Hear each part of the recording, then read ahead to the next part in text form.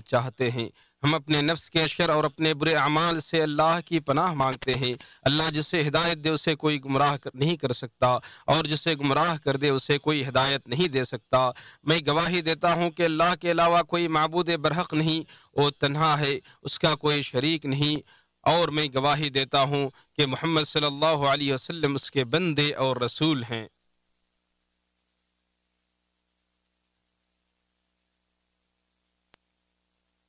اے لوگو جو ایمان لائے ہو، اللہ سے ڈرو جیسا اس سے ڈرنے کا حق ہے، اور تم ہرگز نہ مرو مگر اس حال میں کہ تم مسلمان ہو۔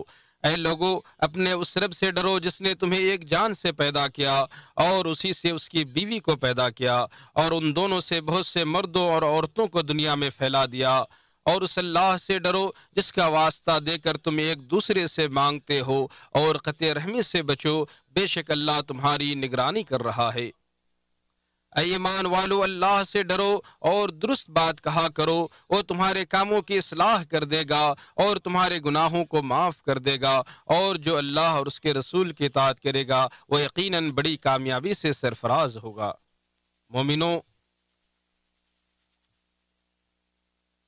بے شک سب سے سچا کلام اللہ کی کتاب ہے، اور سب سے بہترین طریقہ محمد صلی اللہ علیہ وسلم کا طریقہ ہے۔ سب سے بدترین امور نئی ایجاد کردہ چیزیں ہیں، اور ہر نئی چیز بدعت ہے، ہر بدعت گمراہی ہے، اور ہر گمراہی جہنم میں لے جانے والی ہے۔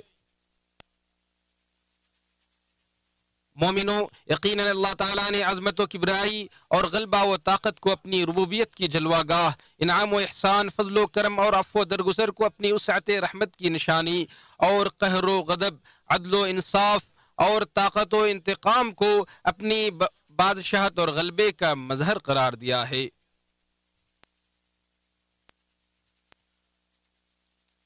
چنانچہ اس کے اسماء حسنہ اور صفات کمال کا مرجع اور سرچشمہ یہی صفت ربوبیت، رحمت اور بادشاہت ہے۔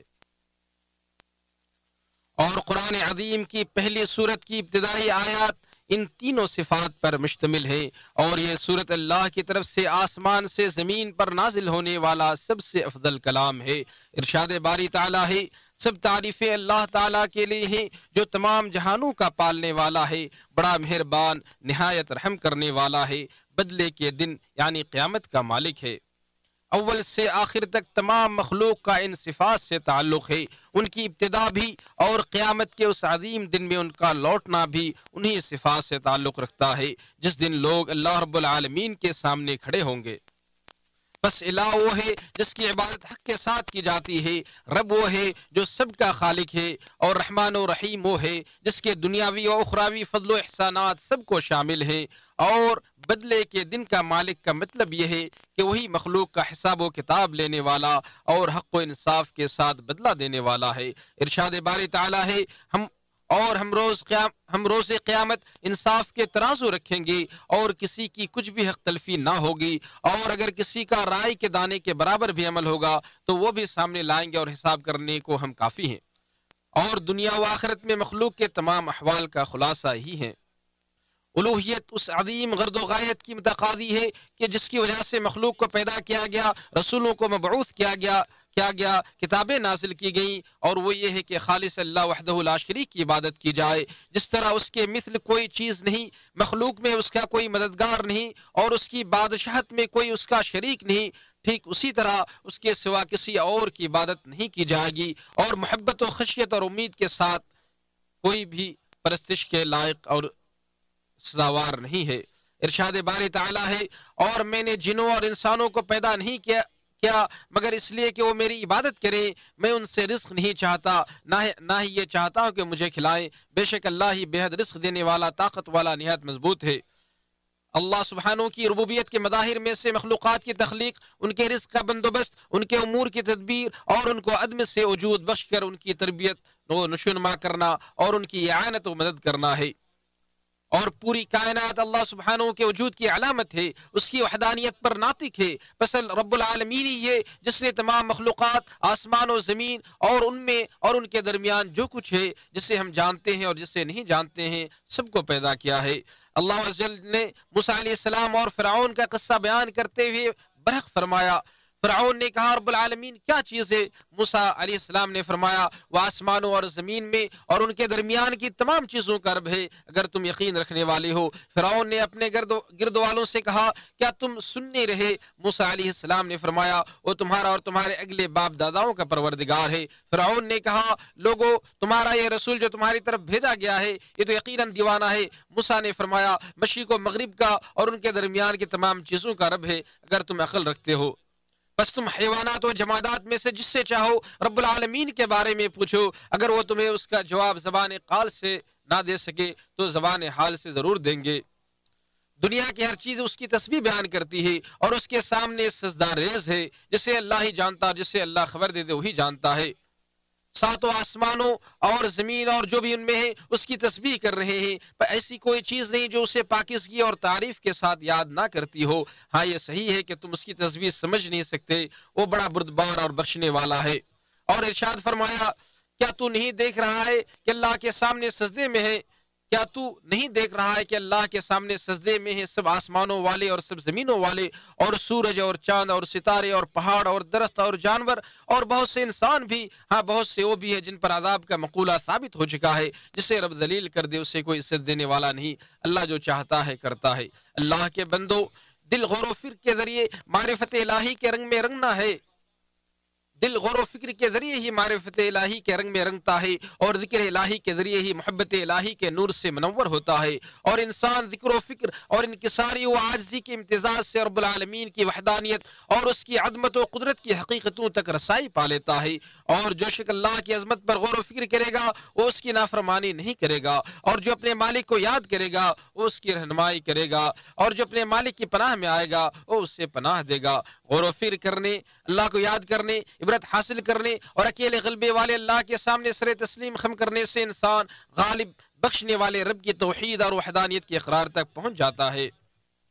بے شک آسمان، اللہ رب العالمین کا ارشاد ہے، بے شک آسمان اور زمین کے بنانے، رات اور دن کے آنے جانے میں البتہ عقل مندوں کے لیے نشانیاں ہیں، وہ جو اللہ کو کھڑے اور بیٹھے اور کروٹ پر لیٹے یاد کرتے ہیں اور آسمان اور زمین کی پیدائش میں فکر کرتے ہیں۔ اے ہمارے رب، تو نے یہ بے فائدہ نہیں بنایا، تو سب عیبوں سے پاک ہے، سو ہمیں دوزخ کے عذاب سے بچا۔ اے ہمارے رب، جسے تو نے دوزخ میں داخل کیا سو تو نے اسے رسوا کیا، اور ظالموں کا کوئی مددگار نہیں ہوگا۔ اے ہمارے رب، ہم نے ایک پکارنے والے سے سنا جو ایمان لانے کو پکارتا تھا کہ اپنے رب پر ایمان لاؤ، سو ہم ایمان لائے۔ اے ہمارے رب، اب ہمارے گناہ بخش دے اور ہم سے ہماری برائیاں دور کر دے، اور ہم نیک لوگوں کے ساتھ موت دے، اور ہمیں نیک لوگوں کے ساتھ موت دے۔ اے ہمارے رب، اور ہمیں دے جو تو نے ہم سے اپنے رسولوں کے ذریعے سے وعدہ کیا ہے، اور ہمیں قیامت کے دن رسوا نہ کر، بے شک تو وعدہ کے خلاف نہیں کرتا۔ پھر ان کے رب نے ان کی دعا قبول کی کہ میں تم میں سے کسی کام کرنے والے کا کام ضائع نہیں کرتا، خواہ مرد ہو یا عورت، تم آپس میں ایک دوسرے کے جز ہو۔ پھر جن لوگوں نے وطن چھوڑا اور اپنے گھروں سے نکالے گئے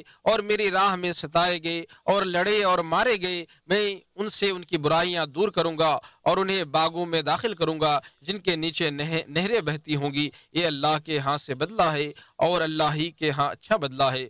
لہٰذا تم اللہ تعالیٰ کو بکثرت یاد کرو اور صبح و شام اس کی پاکی بیان کرو اور اس سے مغفرت طلب کرو، بے شک وہ بہت زیادہ معاف کرنے والا اور رحم کرنے والا ہے۔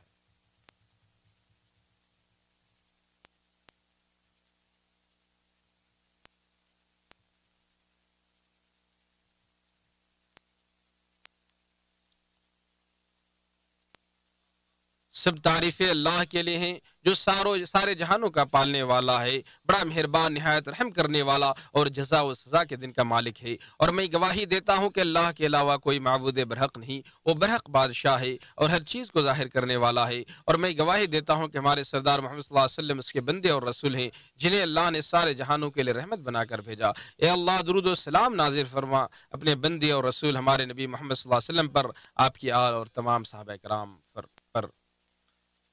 اے ایمان والو، اللہ سے ڈرو اور اللہ کا قرب تلاش کرو اور اللہ کی راہ میں جہاد کرو تاکہ تم کامیاب ہو جاؤ، اور جان لو کہ تمہارا رب بڑا مہربان ہے، جس میں صفت رحمت بدرجہ اتم و اکمل موجود ہے، اور اس کی تعظیم و توقیر اور عبادت و فرما برداری اسی رحمت کے واضح مظاہر ہیں، اور اسی قدر رحم کرنے والا ہے کہ اس نے مخلوقات کو اپنی رحمتوں سے ڈھانپ رکھا ہے کہ اس طور پر کہ وہ ناپسندیدہ امور کو دور کرتا ہے، گناہوں کی پردہ پوشی کرتا ہے اور سزاؤں کو معاف فرماتا ہے۔ ارشاد باری تعالیٰ ہے، وہی اللہ ہے کہ اس کے سوا کوئی معبود نہیں، سب چھپی اور کھلی باتوں کا جاننے والا اور بڑا مہربان نہایت رحم والا ہے۔ وہ بادشاہ اور مالک ہے اور بڑی عظمت والا ہے۔ اس کی بادشاہی اور حکمران اپنے پورے جلال و کمال کے ساتھ اس عظیم دن ظاہر ہوگی جس دن مخلوقات پہلے فرد سے لے کر آخری فرد تک سب جمع ہو جائیں گے اور وہاں صرف اور صرف اللہ عز و جل کا حکم چلے گا۔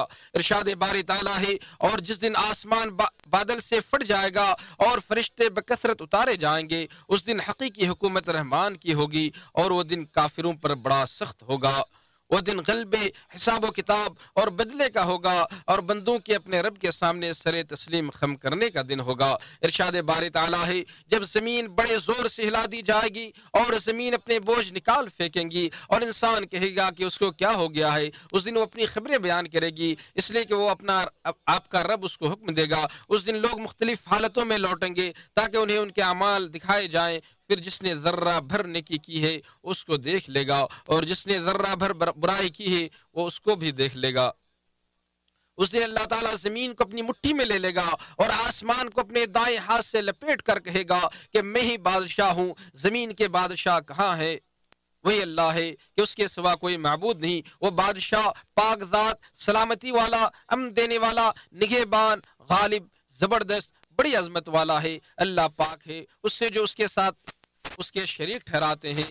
وہی اللہ ہے، پیدا کرنے والا، ٹھیک ٹھیک بنانے والا، سپر کرنے والا۔ اس کے اچھے اچھے نام ہیں، سب چیزیں اسی کی تسبیح کرتی ہیں جو آسمانوں میں اور زمین میں ہیں، اور وہی زبردست حکمت والا ہے۔ اللہ کے بندوں، دعا ہی عبادت ہے جس کا وسیلہ و طریقہ زمین و آسمان کے پالنہار کی تعریف و ثنا خوانی ہے، اور جس کی معراج سرور کائنات پر درود و سلام بھیجنا ہے، کیونکہ درود و سلام ہی کنجی ہے اور اسی سے جود و سخا اور عطا و بخشش والے رب سے بھیک مانگی جاتی ہے۔